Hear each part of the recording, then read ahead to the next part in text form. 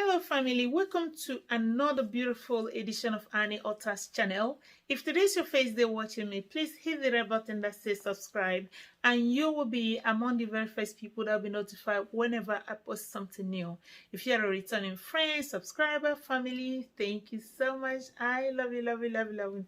All right, so today's edition is going to be focusing on our health.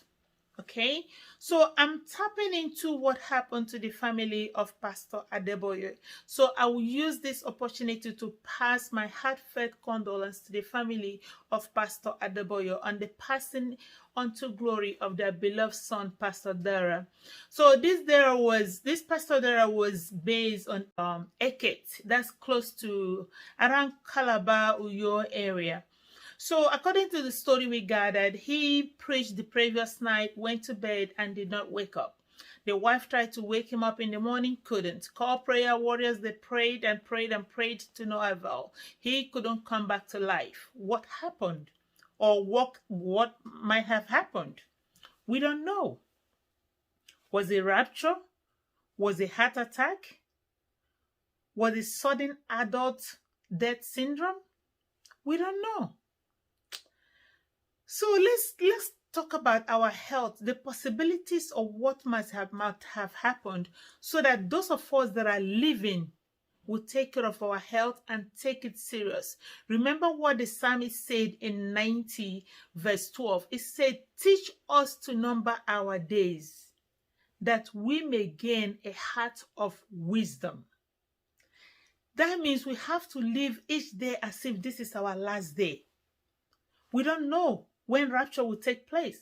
We don't know how every one of us is going to die. He was only 42. I'm older than him, only 42.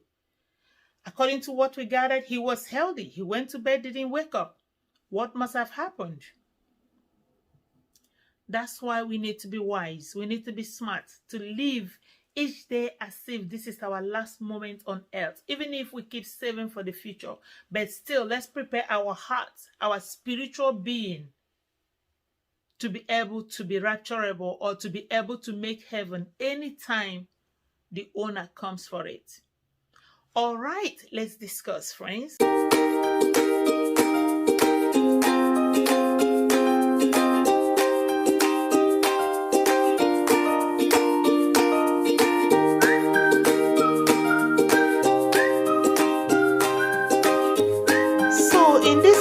I can only think of a couple of things that can cause this kind of medical problems or that can cause sudden death in adults, okay? So my mind immediately jumped to cardiac arrest. This is very, very common. You can also call it sudden cardiac death. That means when the heart just stops working just like that. The heartbeat, everything will just boom. No warning signs, nothing. So this is caused by arrhythmias, that's abnormal heart rhythms. And this can also be related to sudden death syndrome, SDS. The structural problems in the heart and irregularities of the electrical channels of the heart can also cause a cardiac arrest. Most people don't even know that they have the syndrome until a cardiac arrest occurs. So the affected person may survive or die instantly. So according to God's will for you or according to your destiny, the person might survive or just die just on that attack only.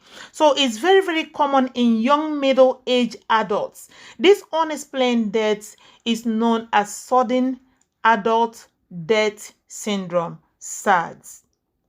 There are so many risk factors, and I strongly believe that we can help to curtail these risk factors. Some of them we have no choice, it's just the way it is, okay? Number one is genetic. It can be passed down from your parents or from, family members, okay? Another thing is like being a male person, a male child, can also be a risk factor. Heart attack and cardiac arrest doesn't happen too often with women. Most of the time, men are the people that have heart attack. Women have a very low rate of having heart attack. Okay, so another factor is heart disease, epilepsy, arrhythmias, that's irregular heartbeat, medications, okay? Medications such as antibiotic, decongestant, diuretics can also cause somebody to have cardiac arrest. And some of the symptoms of sudden death syndrome, unfortunately, in most cases, it's just sudden and unexplained, with or without symptom. It will just happen. But the red flags that we should be looking at for chest pain, loss of consciousness, difficulty breathing, dizziness, heart palpitation, heart fluttering, fainting. So when somebody starts feeling all these funny things, please, what do? See your doctor immediately. Go and visit your doctor immediately. If you can, visit a specialist, who studied about the heart, a cardiologist. This is the person you need to see. This person will do a total cardiac workup for you, total cardiac panel for you, to find out what is going on. They can do EKG, they can do stress test. There are so many things they can do to figure out what is going on, okay? Even echo, they can do all sorts of things to find out what is happening with you, okay?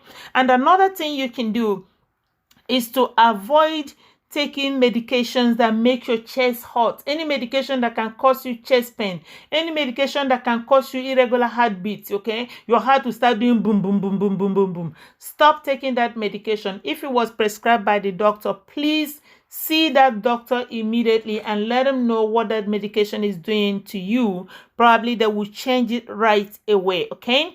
And treat any fever immediately. Exercise with caution. If you are exercising in any way and your chest starts hurting, please stop immediately and seek medical attention, okay? So practice good, heart healthy diet, okay? Eat food that are good and healthy for your heart. Oh, I'm referring especially to women. If you know that your husband is the chubbiest type of a man, please be mindful of what you're cooking, because you might be adding more danger to his health, okay? So what you eat and when you eat it and how much you eat matters a whole lot. Please, my fellow women, be mindful of what you cook in your house. Not only for your husband, but for your children. I see a lot of obese children walking all over. These things that didn't happen overnight. Sometimes there are so many things we could have done to curtail this overweight and obesity going on in our families, but we just ignorantly didn't do it, or we are too busy to do it. So we should be mindful of what we cook and serve in our family. Please focus on fruits, vegetables, whole grain, legumes, low-fat dairy product, poultry, fish, and nuts. Please focus on this so much. If you have to eat eba, gari, fufu, pandeyam, whatever it is, please eat it ahead of time, maybe around 6 p.m., 7 p.m. Don't start eating all those things by 9 p.m., 10 p.m., and you eat more than you should eat, like as if you're eating for 5 people. These are some certain precautions we should take as individuals. We should be mindful. We should be mindful because this body we have to be trained and maintained and well taken care of for it to last for us, okay? Okay, so maintain regular checkup with your doctor. That's very important. And limit beverages and foods with added sugar.